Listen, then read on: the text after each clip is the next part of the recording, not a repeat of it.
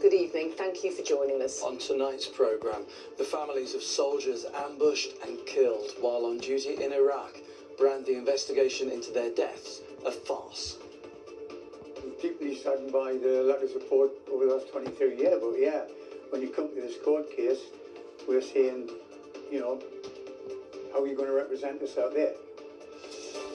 Hooligan crackdown. Police carry out a wave of arrests after violence between rival football fans in Middlesbrough. Lots of sunshine for us today, warmer as we head into tomorrow, but there is a change on the way. And we're at an exhibition in Bishop Auckland, drawing on a lifetime spent underground.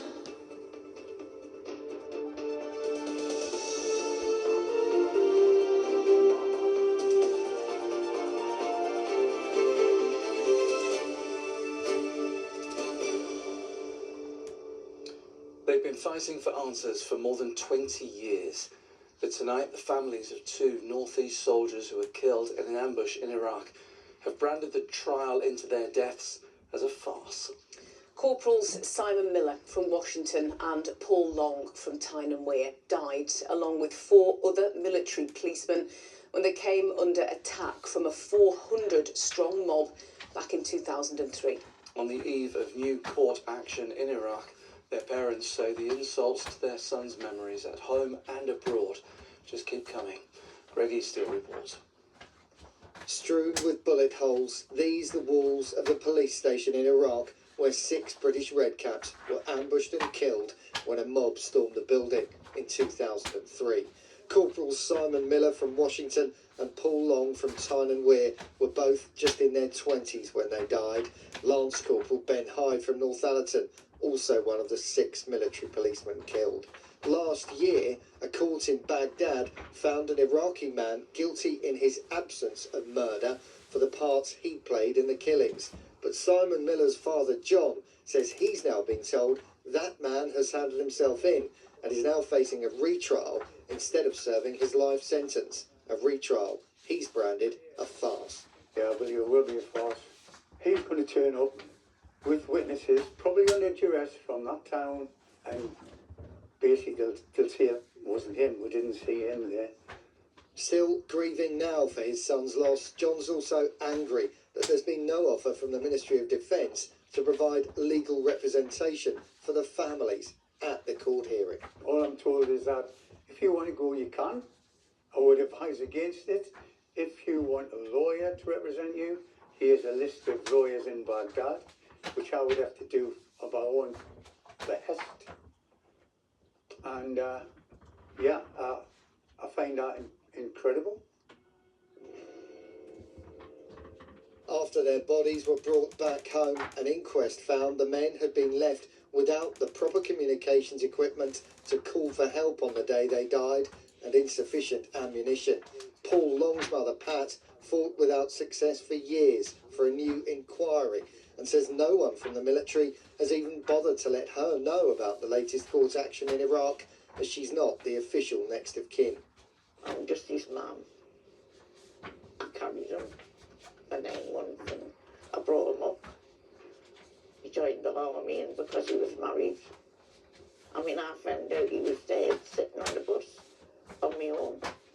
And now legal action in Iraq and still no notification to you. No notification at all. But you don't hold out any hope in the coming days of getting a positive outcome in Iraq?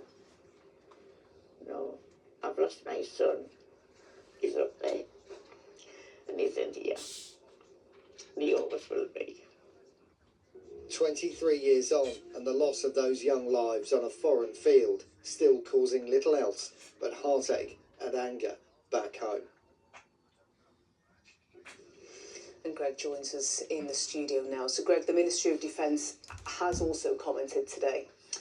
Yes, just briefly though, first, it's worth noting that the families of those lost red caps from our region down the years have become familiar faces to our viewers. We have literally grown old together. It's particularly striking, I thought, that pain is no less raw than it was more than 20 years ago. In fact, Pat Long told me this morning that the first she knew of that court action in Iraq was when we telephoned her around 9 o'clock today. She accepts she's not the immediate next of kin, but as you saw there, she's not happy about the way she's being treated. So what has the MOD had to say about all of the points made in that report? Well, they've issued this statement to us saying the trial is under the jurisdiction of the Iraqi court, and while we have local legal representation and have offered support and updates to the families, we do not have an active role in the process. Family members, they add, are entitled to representation at the trial as the next of kin of the victims. Now, they've confirmed to us as well that the trial is due to take place on May the 3rd. That's a Sunday here. Obviously, it's expected to be brief, possibly as little as half an hour. But the families, as you might imagine, aren't holding their breaths that they'll get the kind of closure that they've been longing for more than 20 years. OK, Greg, thank you very much. Now, police have arrested 10 people in morning raids following clashes between rival fans after Middlesbrough's recent home game against Millwall. Yeah, the violent disorder centred around the town's railway station on the 3rd of April. So far, 12 people have been arrested in connection to the incident. Cleveland police say they hope the raids act as a deterrent ahead of any potential upcoming championship playoff games. Chris Jepson reports. So on Friday the 3rd of April, which was a bank holiday, Middlesbrough FC hosted Millwall FC at the Riverside Stadium. An early morning briefing on Operation Mars, clamping down on Middlesbrough football fans who allegedly fought with Millwall fans earlier this month. Quite simply, the key message today, despite the arrests, is that we will not tolerate disorder. A series of raids underway, with the potential of a repeat fixture in the coming weeks. A clear message is being sent. We need to be mindful that they may play Millwall as part of those playoffs or anybody else. So for us, it's very much about the deterrence as well, that if you're going to commit serious disorder or any disorder of any kind, then expect some sort of consequence to that disorder. Do you want me to guide you through? This is that consequence in action. We've got this first one here. Officers arresting a man for his alleged involvement. Just turn left here. He covers his face and is led to the van before being taken back to the police station for questioning. You're up now. We've been successful, our team, with 2 positive arrests today. I know some other teams have got some other arrests as well.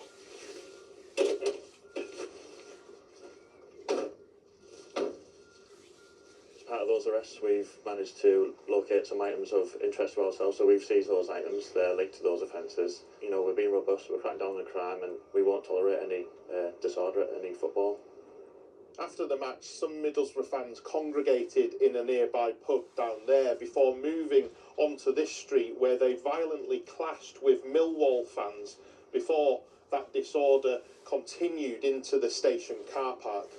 Scenes reminiscent of the hooliganism of days gone by. Is this a return to the bad old days of the 80s then? Absolutely not. It's very rarely seen, which is good. But unfortunately, when it is seen, and that's when we get back to the message, we're going to be strong on it, because we've had so many incidents where we haven't had any disorder, and that's what we'd like to keep. Do you think the disorder was organised between the rival fans? No, I don't believe it was organised, and the reason for that is just the way that it unfolded on the day. They took the opportunity, despite a large policing presence, to air their frustrations with one another. As part of our operation, we deploy evidence gatherers equipped with cameras, and they track the movement of offenders, and that leads us to really good footage, corroborated by the CCTV, and it lends itself to the investigation. And now we're in that position where we understand who's involved. We've taken that firm action against those individuals over the last couple of days. Don't get the van door. As another arrest is made, another man covers his face. It's hoped the shame of the alleged violent disorder will act as a big enough deterrent of future unrest. Chris Jepson, ITV News, Middlesbrough. Next, to the mother who says she had to change her disabled child on a dirty toilet floor because of a lack of suitable facilities in public spaces.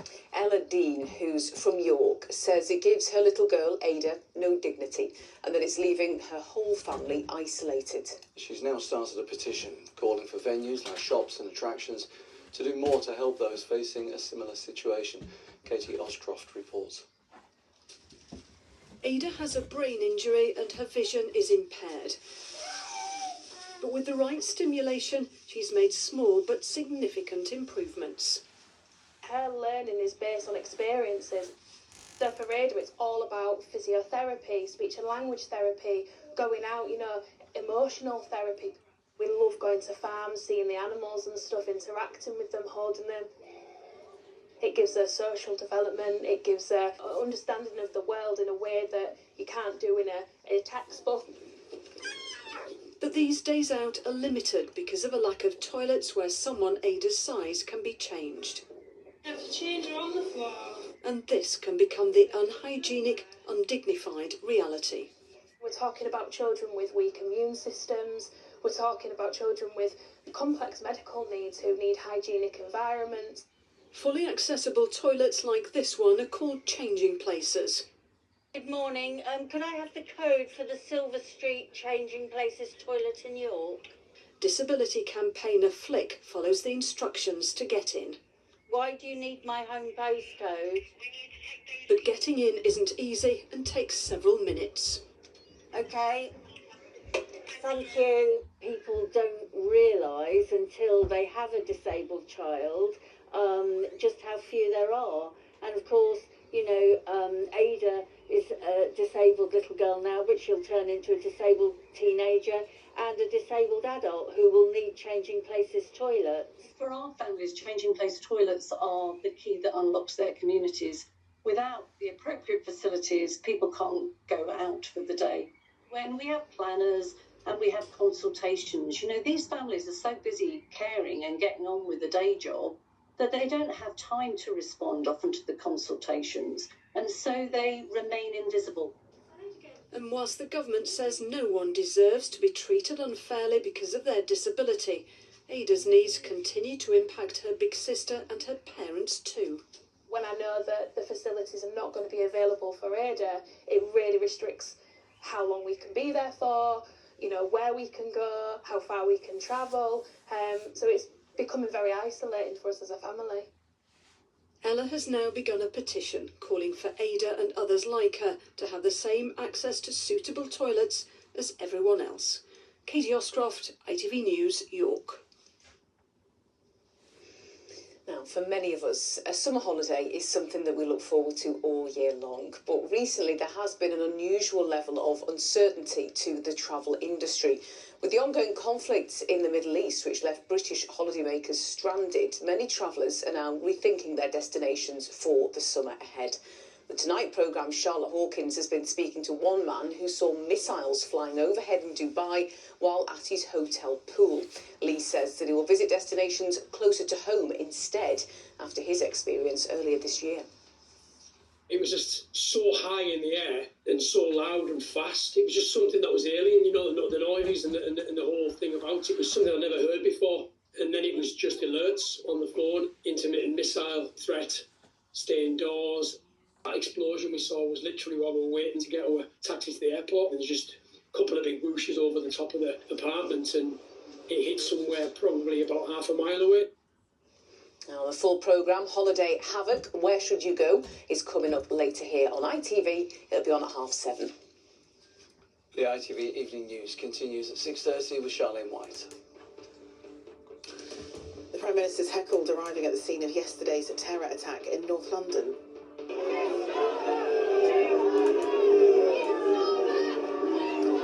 The suspect who seriously injured two Jewish men had previously been referred to the counter-terrorism unit, Prevent. The Bank of England holds interest rates at 3.75%, but warns rates could rise as a result of the building wave of inflation. And the medieval tiles taken from Wenlock Priory in Shropshire are returned 6 decades later by the man who stole them as a boy. So do join us for those stories and more from 6:30. An historic watch discovered in America has been donated to a Northeast museum after a 25-year hunt to uncover its story. The gold pocket watch was gifted to a soldier by the people of Norton-on-Tees back in 1902 when he returned from fighting in the Boer War. After years of research, its American owner uncovered the story of the soldier, Cuthbert Warner, and today donated the watch to the Discovery Museum in Newcastle, where his regiment, the Northumberland Hussars, is remembered. C.P. Warner, he seemed to be a person that gave back to the community. He loved the military. He took care of his troops. He was a quartermaster. And once I learned more about this man, it just kind of became easier to make the decision to bring this watch back here.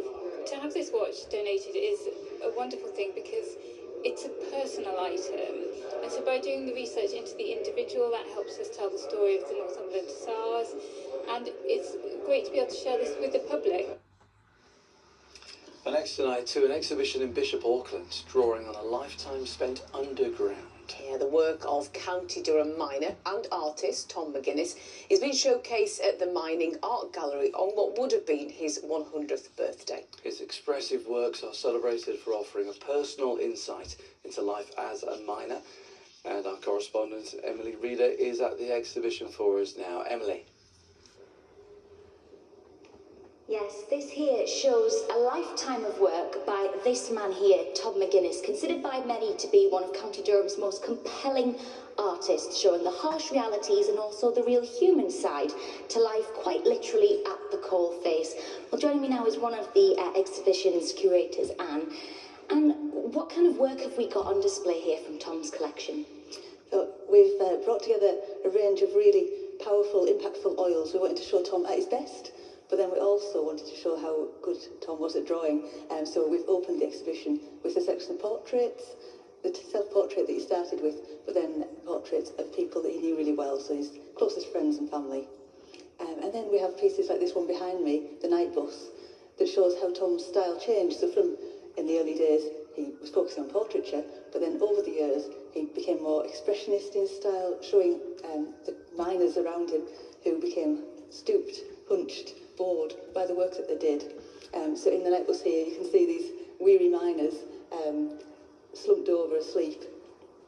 And these artwork, all these years later, still resonates with our local mining communities. Very much so. So that is something in the Mining Art Gallery we find, is that we have visitors who come in who have real connections with mining or with their mining heritage. So they come and share stories of their own with us. But even if you haven't got experience in mining, works like this, people can associate with the riding on a bus. Thank you ever so much. Well, like Anne said, we've also got a collection of sketches and drawings. That's some of his earlier work. And here with us now is Corinne, and Tom was your father. Corinne, it must be lovely on what would have been his 100th birthday to see your dad's life work. What a legacy. Oh yes, it's really, really special. And the family are thrilled that we've got this amazing exhibition to celebrate his talent. And do you have a favourite piece in this collection? It's a very personal piece to me, but yes, I do, and it's this portrait of my mum. My mum died when I was 20, so it's a very special piece, and my dad gifted that to me for my 40th birthday. Corinne, thank you very much. Well, Out of the Darkness is on display until the end of the year, and it's also hoping to shed some light on a mystery piece of artwork that we have here. This sketch is known as The Unknown Man, and the Auckland Project are hoping that someone might recognise this as perhaps an uncle, a dad, or a granddad. It's a sketch that we currently don't know who it is. He's believed to have been from near Bishop Auckland, so if you recognise them, they're hoping you'll get in touch. Emily, that's a fantastic way to leave it, isn't it? Intriguing. We don't know who it is, but we know who it's by. Emily Reader there at the Mining Art Gallery in Bishop Auckland, celebrating the work of Tom McGuinness. Wow, Ross joins us now. Ross, it's coming to the end of April, it pretty much is the end of April, but it's been sunny, but not the very first thing for some of us this morning. No, this morning we've got very used to blue skies, although a bit of a chill in the breeze. Yeah, I'll admit that, more on that in a second. But yeah, this morning a pocket of fog did develop. Here it was on the Tyne, very first thing. So yeah, classic fog on the Tyne for you there. Didn't last for too long though. The strength of the sun at this time of year really burns through it quickly, and it did give us, well, this another day of unbroken blue skies across the region. There you go. That's better. Today our UV levels did get up to high for the first time this year. So it is easy to forget to put on the sun cream, especially where we do have those winds adding that fresher feel, certainly towards the coast. I'd say there's been a big difference in temperatures towards the coast, about 12, 13 degrees. That is right for this time of year, we can't complain. But inland, we're getting sort of 17, 18. But it's just easier to burn them because you don't realise the strength of the sun. However, if you've not been enjoying the slightly fresher, as I say, average, normal temperatures towards the coast, tomorrow's the day for you. They are set to climb. We're holding on to those blue skies. But of course, just in time for the bank holiday weekend, things are going to change. This is the forecast. Today's forecast: blue skies, followed by a spread of hot and cold plates. 2 sponsors ITV Tyne's weather.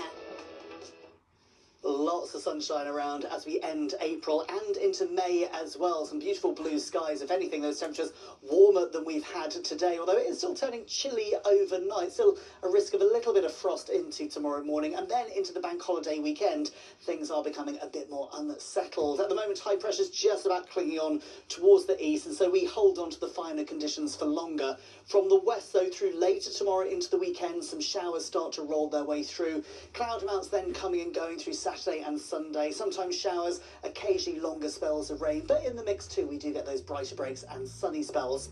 For now though, it is a dry end to the day, still breezy at times along the east coast, the winds tending to ease as we make our way overnight, the clear skies, the lighter breezes, so again in those sheltered rural spots a few pockets of frost developing, temperatures dropping down into the low single digits for many. So a bit of a chill into Friday morning, but it is another beautiful start to the day. Unbroken blue skies for the most part. We're seeing a subtle change in wind direction. It's cutting off that onshore breeze, and so coastal areas that have struggled with those temperatures over recent days, reaching highs around 19, maybe 20 degrees inland, as high as 23. Very warm for the time of year, but you can start to see that cloud is beginning to increase from the west as we head through the afternoon, and that will move its way further east through the evening. A scattering of much needed showers, but very hit and miss. Many of us avoiding those. Into Saturday, a bit more cloud around, not as chilly first thing, and again we could just see a few showers in the mix, but we are getting those brighter breaks. So through the weekend, cloud amounts will vary, chance of some patchy rain into Sunday, and those temperatures will drop by a good few degrees. 2 sponsors ITV Tyne's weather. Thank you, Ross. In just a moment, then the national and the international news. I'll be here with the next update at around about 10:30. We'll see you tomorrow. Thanks for your company. Bye-bye. Bye-bye.